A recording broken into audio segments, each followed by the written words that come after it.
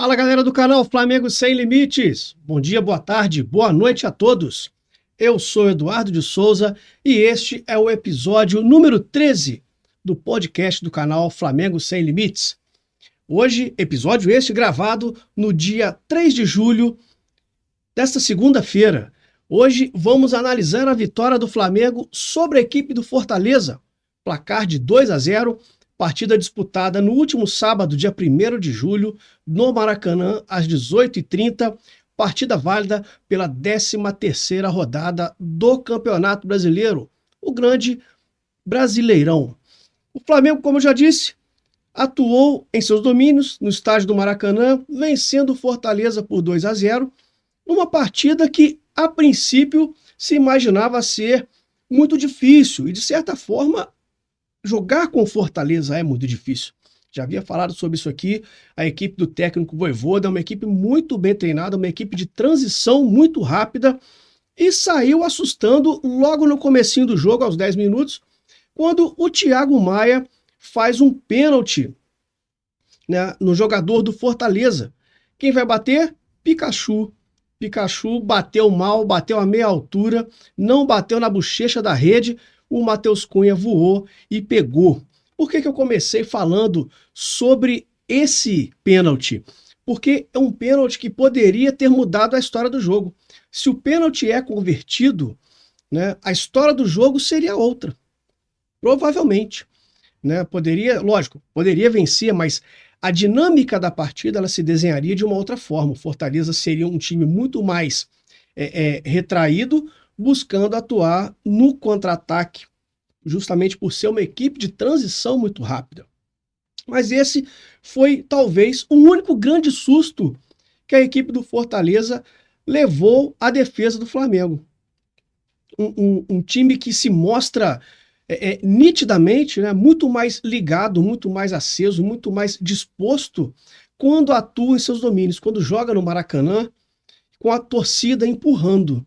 Né, aquela história de que a gente já falou aqui outras vezes sobre a questão da disposição do jogador a atuar, né, principalmente quando está junto de seu torcedor. Né, então isso ficou bem nítido. O Flamengo, um time que, ao que tudo indica, né, esses jogadores precisam ter sempre um combustível a mais nas partidas. E quando se joga fora de casa, parece que esse combustível falta. E é justamente esse combustível, de repente, né, a presença do torcedor empurrando, cantando, é o que motiva muito esses jogadores. Mas eu acho que, vendo por outro lado, né, o Flamengo não pode, esse time não pode só depender de ter um combustível da torcida empurrando, né, jogando o time para cima, como fazem todos os jogos quando ele atua em casa. Então, eu acho que na minha visão, né, essa questão da dinâmica, da imposição, né? O Flamengo tem um time tecnicamente muito bom, é um time tecnicamente muito forte, né, isso ficou evidente mais uma vez nessa partida. A gente vale salientar ali que o Léo Pereira e o Gabigol, eles saíram, né?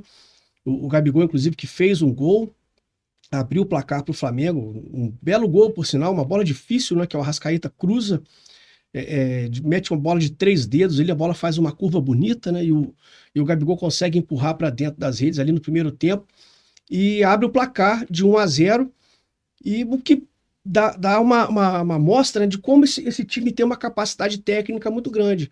Mesmo depois, com a saída do Léo Pereira, a entrada do Davi Luiz, a saída do Gabigol, a entrada do Pedro, né, olha só de quem eu estou falando, né? O time tem uma capacidade técnica muito forte. Independente ali quase que de quem entra, de quem sai, né, o time consegue manter um padrão de atuação porque tem jogadores muito bons, num nível muito bom, num nível muito alto. O Davi Luiz, inclusive, entrou muito bem no jogo, ganhando todos os duelos pelo alto, por baixo, antecipando. Né? Enquanto eu estava assistindo a partida, né, eu estava assistindo a partida com outras pessoas, e uma delas até falou comigo: nossa, vai entrar o Davi Luiz, que desespero. É porque o Davi, em outras partidas, demonstrou muita insegurança, lentidão na recomposição. Nessa partida, não. O time atuou ligado, né? Uma atuação muito segura do Flamengo. Mesmo quando o placar ainda mostrava 1-0 para a equipe rubro-negra, o Flamengo era um time muito seguro. Né? E uma coisa que chama atenção é a variação tática do time durante os jogos. né? O time sai de um 4-2-3-1 para um 4-3-3, para um 3-4-3, para um 3-5-2. Né? Uma dinâmica realmente bem interessante por parte do Sampaoli, ele já está conseguindo implementar nessa equipe, né? Mostra certa evolução. Né? O Flamengo deu aquela derrapada contra o Bragantino, jogou também meio de freio de mão puxado contra o Santos, mas a parte ofensiva, tirando o jogo do Bragantino especificamente, vem uma questão de evolução bem nítida. A gente consegue perceber isso durante os jogos exatamente por conta dessa variação tática e, óbvio, isso é complementado através do quê? Da capacidade técnica que esse time tem de jogar, né? São jogadores muito bons. O Arrascaeta, esse jogo, para mim, foi um dos melhores do Arrascaeta desde 2022. O Arrascaeta, essa partida, sim, foi exuberante. Realmente, ele botou o jogo no bolso. Ele chamou o jogo para ele, né, e decidiu. Ele deu um passe, né, deu passe para o gol do Gabigol e fez o segundo gol no segundo tempo. Um chute forte ali, indefensável para o goleiro João Ricardo, goleiro do Fortaleza. Então, assim, é um Flamengo que vai dando mostras de uma evolução. Tudo bem que veio a passos lentos, né? Mas agora parece que o time já começa a dar uma encaixada. E uma coisa que é importante da gente salientar, que eu falava isso aqui, ó, há um bom tempo, é a questão física. Aguentar jogar. Né? O Arrascaeta, por exemplo, que eu estou aqui elogiando, né, tecendo elogios ao Arrascaeta, é um jogador que ele precisa estar bem fisicamente para ele atuar em alto nível. E ele não vinha bem fisicamente. E uma outra questão também que eu acho que o São Paulo está conseguindo colocar para esses jogadores, deixar bem evidente para esses jogadores, é tipo assim, se você não jogar, meu amigo, você vai sair do time. Se você não jogar, o quê? É não render, não der aquilo que se é esperado de um atleta de alto nível que joga pelo Flamengo. Tanto é que contra o Santos ele ficou no banco. Aquilo ali não foi para poupar, não. Aquilo foi um recado. Falou, ó, eu tiro. Vai ficar no banco. Se não jogar, vou colocar no banco. E aí o Flamengo agora aí com essa possibilidade de trazer outros jogadores, né, principalmente para o setor de meio de campo, que o Flamengo busca um substituto para o Arrascaeta ali há algum tempo, né, uma sombra, isso de repente pode estar mexendo com o jogador também. O que a competição ela é positiva nesse aspecto. É bem positiva nesse aspecto. Então, destaque para o Arrascaeta, destaque para o Matheus Cunha, destaques positivos, né? Davi Luiz. Um destaque negativo que eu trago, pelo menos eu acho isso, é o Fabrício Bruno. O Fabrício Bruno vem mal já há alguns jogos. E nesse jogo de sábado ele estava muito inseguro, principalmente com a saída de bola. E a saída dali de trás. O primeiro passe, né? O Matheus Cunha ele toca muito na bola, inclusive. Ele participa bastante do jogo com a bola nos pés. O Sampaoli exige isso, né, dos jogadores, principalmente do goleiro. A opção do Sampaoli pelo Matheus Cunha não é só pela questão de baixo das traves, né, o goleiro pegar, né, segurar o ataque adversário, mas também pela saída de bola com os pés. O Sampaoli gosta muito disso. E o Fabrício Bruno teve muita dificuldade em alguns momentos, ali ofereceu alguns riscos, né, deu algumas bolas ali até relativamente fáceis para o ataque do Fortaleza. Para a sorte do Flamengo, essas bolas elas não se converteram em gols. Mas realmente fica aqui só um ponto. Não que o Fabrício Bruno tenha que sair do time, não é nada disso. Eu acho que é uma questão mais de ficar mais ligado e se adaptar melhor ao estilo de jogo que o Sampaoli quer, que o Sampaoli exige. Então esperamos que o Fabrício Bruno possa evoluir também nesse sentido. Né? Todo jogador pode evoluir. O Sampaoli falou inclusive do Pedro, da questão da movimentação do Pedro, que o Pedro pode evoluir nesse sentido também, de ter uma maior movimentação no ataque, não ficar muito estático dentro da área, buscar sair da área também para poder atrair a marcação, gerar espaço. Como eu sempre falo, jogo posicional não é jogo de totó. Jogo posicional você busca, você ataca o espaço livre. Então, se você se movimenta, você gera mais espaço para os seus companheiros. E é isso que o Sampaoli tem cobrado do Pedro, para que ele faça essa movimentação gerando espaço no ataque do time do Flamengo. Né? Como eu já disse, uma grande partida do Arrascaeta, né? Uma assistência e um gol. Davi Luiz entrou no lugar do Léo Pereira, do Gabigol. Esses dois são dúvidas. para a sequência aí dos próximos jogos. O Flamengo vai pegar jogos difíceis daqui para frente. Já começou a sequência com o próprio Fortaleza. Agora o Flamengo tem uma sequência pesada de jogo decisivo, praticamente, a gente pode chamar assim, né? Um jogo decisivo atrás do outro. É Copa do Brasil, é Brasileirão, daqui a pouco é Libertadores novamente com as oitavas de final. O sorteio acontece na quarta-feira. Então, tem que haver também uma questão de um controle de minutagem em certos atletas para que não estoure fisicamente. O Flamengo entra agora num ponto-chave da temporada, que são as 3 frentes simultâneas. E só jogo decisivo, só jogo pedrada, só jogo pauleira. Então, esse controle de minutagem para administrar a parte física, isso também vai pesar a favor ou contra a equipe do Jorge Sampaoli. Inclusive, provavelmente ele fez isso contra o Alcas, né? Para controlar a minutagem de alguns atletas, colocando aquele time, digamos, um time mais misto, dando oportunidade para outros jogadores que não vinham atuando tanto. Caso do Felipe Luiz, né? Que foi um deles, que por sinal foi muito bem. E daqui para frente, o Sampaoli vai ter que saber administrar o elenco, principalmente na questão física, como eu disse para vocês. Vamos trazer para vocês a questão dos números da partida, né? Vamos pegar aqui os números da partida para trazer para vocês algumas informações interessantes. Né? Aqui, ó, a questão do número de posse de bola, né? Aqui, ó, 60% do Flamengo, 40% para o Fortaleza. O Fortaleza finalizou mais do que o Flamengo, mas aqui eu chamo a atenção para a seguinte: os chutes do Fortaleza, eles não foram tão perigosos assim quanto esses números aqui aparentam. Os chutes não foram tão perigosos à meta do Flamengo. O Matheus Cunha não fez nenhuma grande defesa, não foi tão exigido assim. Foram chutes mais de longa distância, provando que a equipe do Flamengo se portou muito bem defensivamente. Mas por quê? Vamos entrar num outro ponto, que é exatamente a presença do Thiago Maia e do Eric Pulgar, né, jogando ali como 2 volantes à frente da área. Eu sempre falei isso aqui. Se jogar com 2 volantes, a defesa vai jogar mais segura, mais protegida. E a participação dos homens de frente também tem sido mais frequente. O Arrascaeta, por exemplo, nesse jogo, ele não foi só importante na criação de jogadas ou na finalização. Ele também participou do momento defensivo.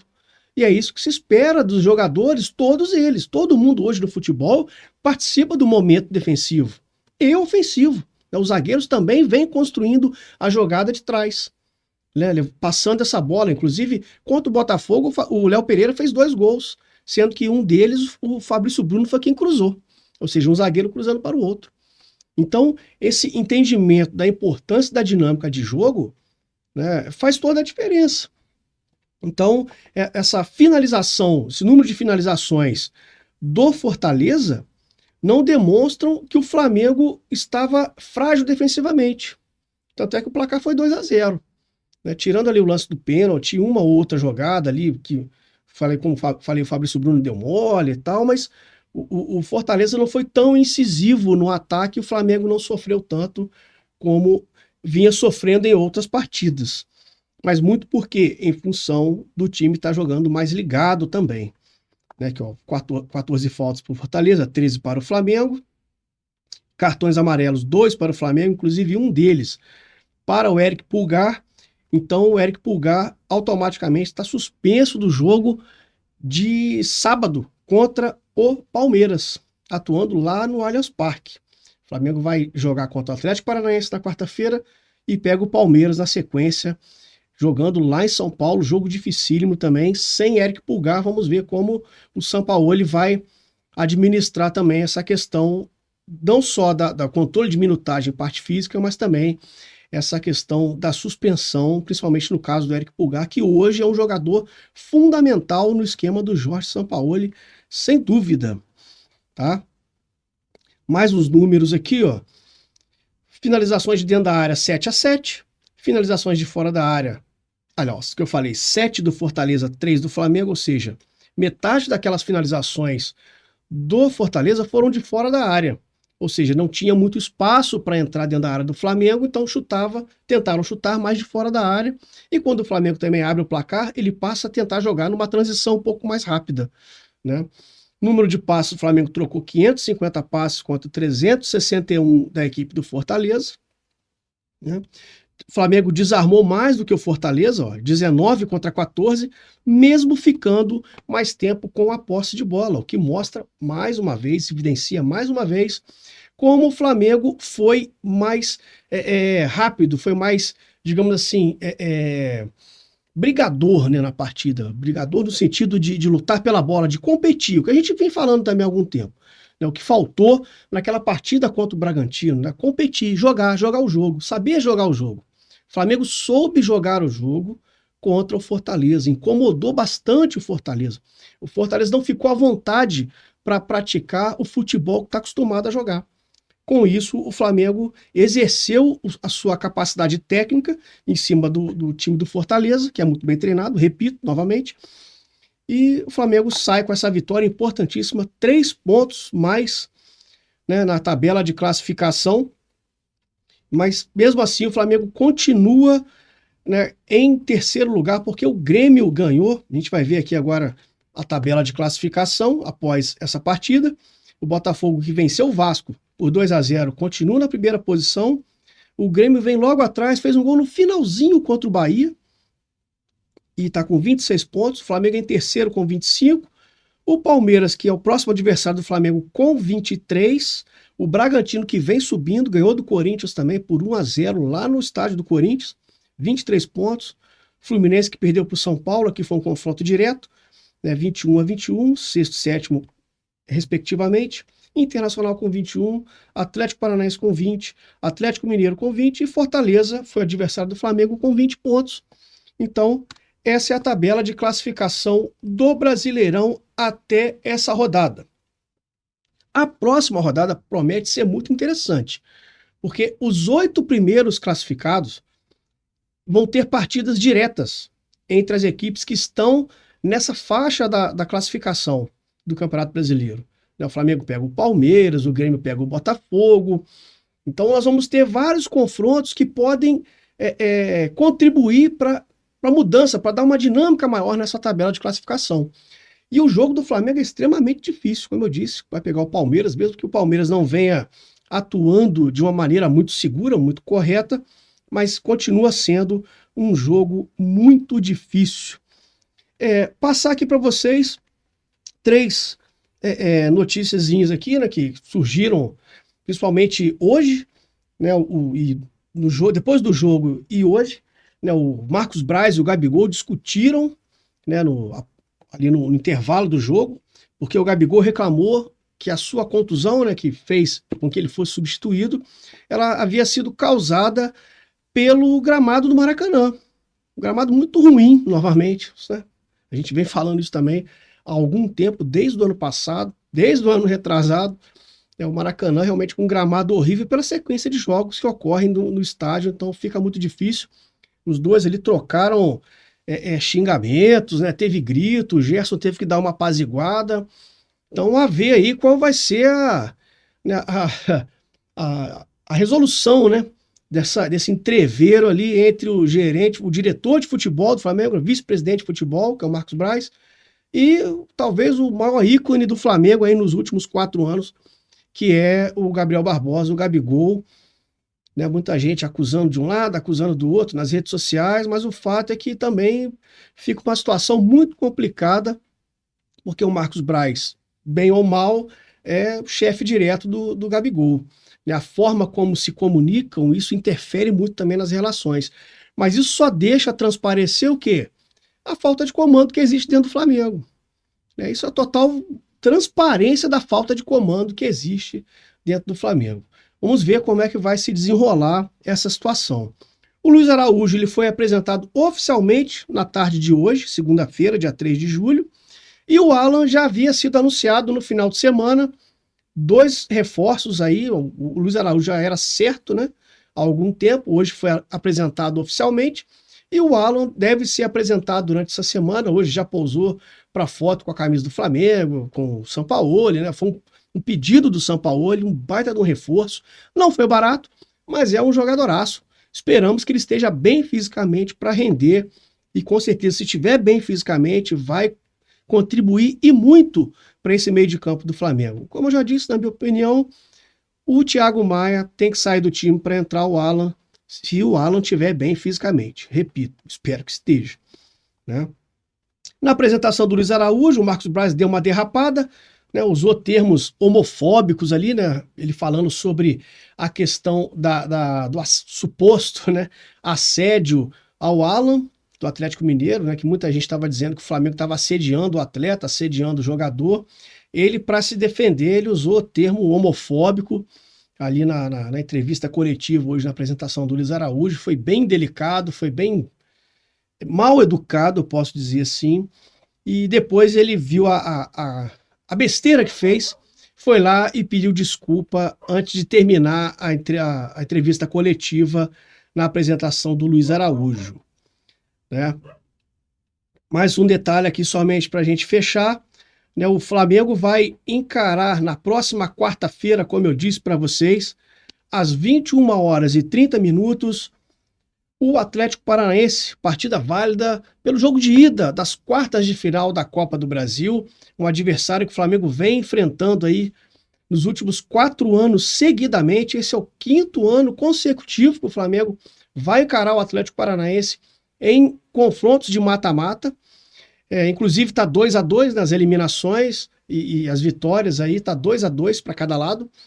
Então esse é o tira-teima que o Flamengo vai ter contra o Atlético Paranaense, e a primeira partida ocorre no Maracanã nesta quarta-feira, dia 5 de julho, dia do sorteio da Copa Libertadores, e o Flamengo vai encarar o Atlético Paranaense, certo?